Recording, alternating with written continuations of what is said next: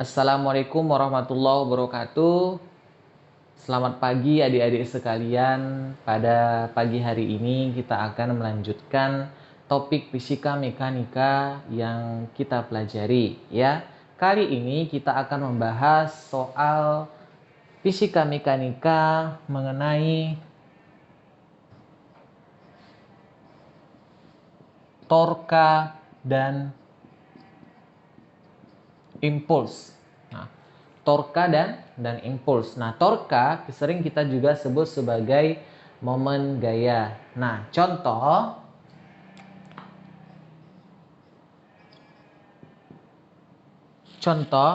buktikan bahwa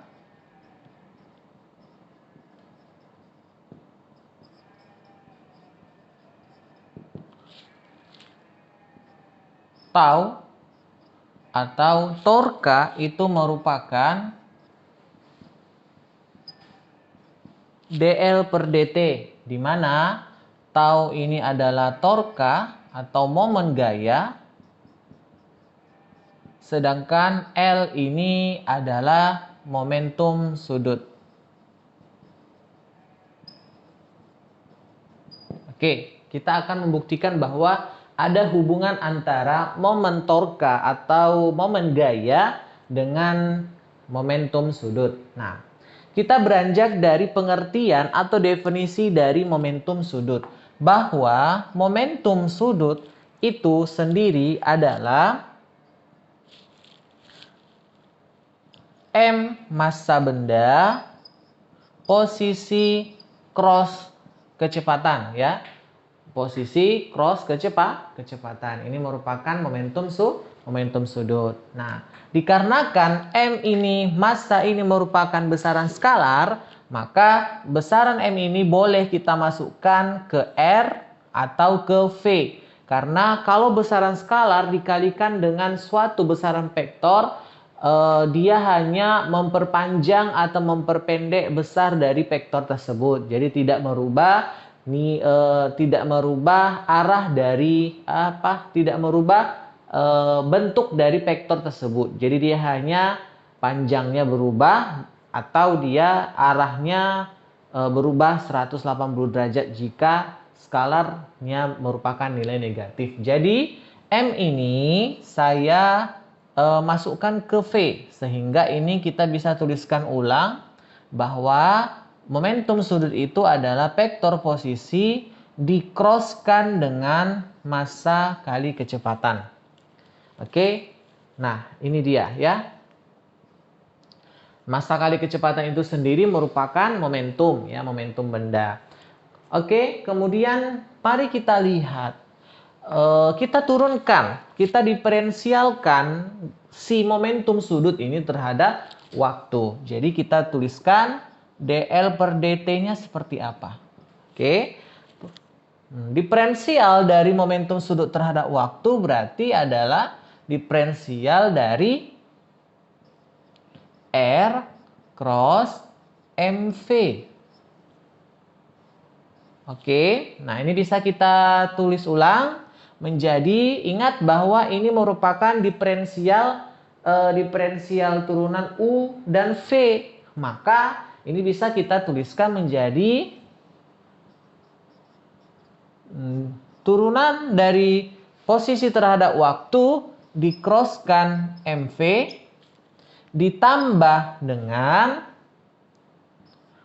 R cross M D per dt dari MV.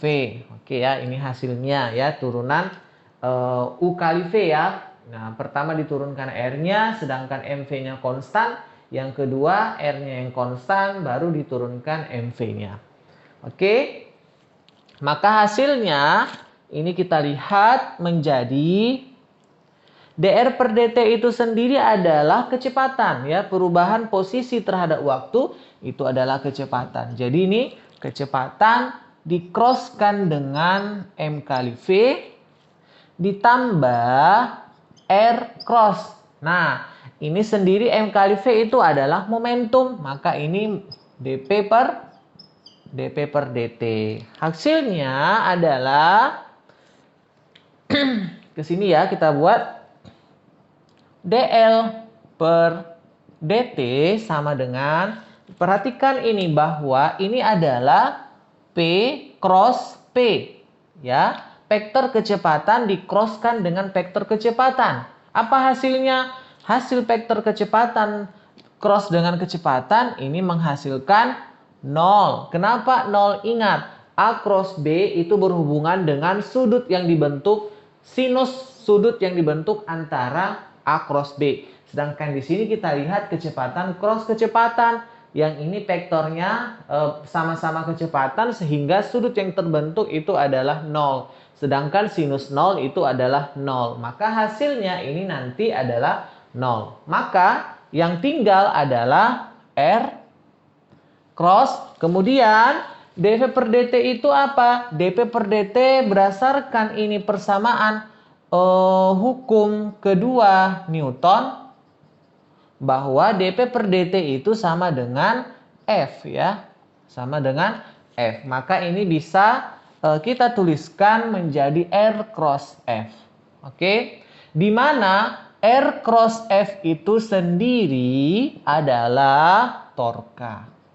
Jadi terbukti bahwa torka itu sendiri bisa dirubah selain R cross F, vektor posisi dirotasikan dengan di-crosskan dengan F, maka ini bisa juga dituliskan menjadi diferensial dari momentum sudut terhadap waktu. Jadi terbukti hubungan antara momen torka dan impuls. Oke?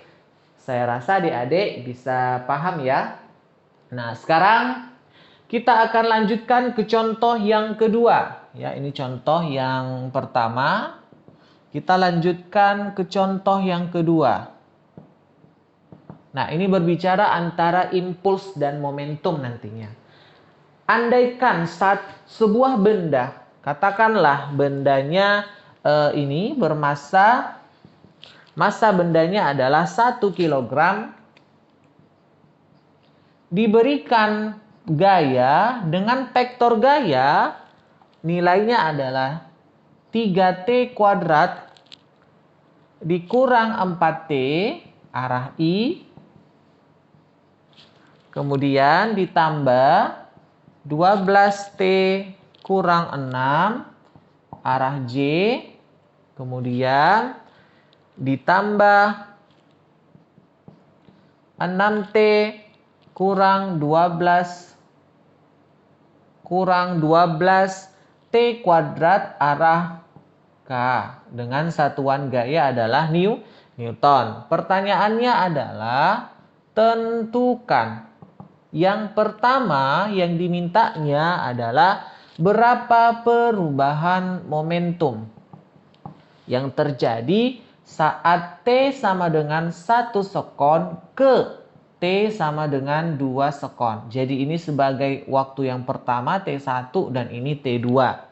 Yang kedua ditanya adalah jika diberikan kecepatan benda pada saat T1 atau V1 itu sama dengan 4I dikurang 5J ditambah 10K meter per sekon, tentukan berapa kecepatan pada saat detik kedua. Oke ya. Nah, ini adalah persoalan kalau kita lihat ini ada hubungan gaya dengan perubahan momentum. Jadi ketika ada suatu gaya eksternal yang diberikan kepada sebuah benda, itu akan mengakibatkan benda tersebut terjadi perubahan kecepatan atau perubahan momentum benda dengan asumsi massa benda tidak berubah. Oke, ini akan kita bisa jawab. Oke, mencari berapa perubahan momentum. Nah, ada hubungan antara perubahan momentum itu dengan impuls. Jadi kalau kita cari perubahan momentum dengan massa kali dengan kecepatan, bisa saja sebenarnya kita mencari kecepatan dari fungsi gayanya. Ya, fungsi gayanya boleh. Nah, kan tetapi kita lebih sederhana bisa juga dengan menghubungkan terhadap impuls. Bahwa impuls itu adalah perubahan momentum. Oke, maka perubahan momentum bisa kita cari dengan apa itu impuls? Impuls itu adalah integral dari vektor gaya terhadap dt. Dari T1 sampai dengan T2. Dari T1 sampai dengan T2. Oke? Nah, kita masukkan karena gaya di sini kita lihat juga merupakan fungsi dari waktu sehingga kita integralkan.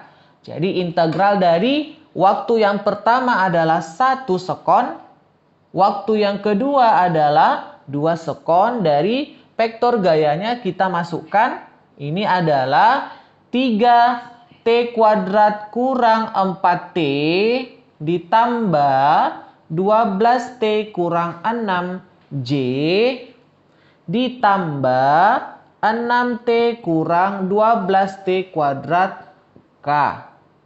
Nah, ini kita integralkan terhadap dt. Oke. Nah, ya dengan integral biasa ini kan polinomial ya, perpangkatan seperti ini kita bisa langsung mengintegralkannya. Nah, adik-adik, saya harapkan adik-adik sudah memahami tentang masalah integral yang sudah pernah kita bahas sebelumnya. Maka integral dari 3t kuadrat itu adalah t pangkat 3 ya. Nah, jadi koefisien yang di depan dibagikan dengan pangkat yang setelah dinaikkan.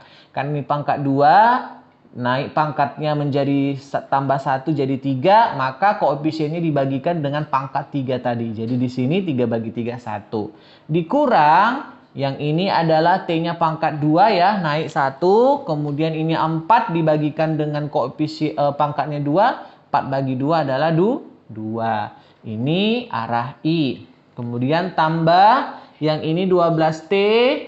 12T maka ini menjadi T kuadrat. Koefisien 12-nya dibagikan dengan 2 jadi 6. Kurang. Ini kan tidak ada T-nya. Maka ini adalah menjadi 6T. Nah ini arahnya J. Ditambah dengan, oke ini 6T, maka T-nya menjadi pangkat 2 ya, bertambah 1 pangkatnya.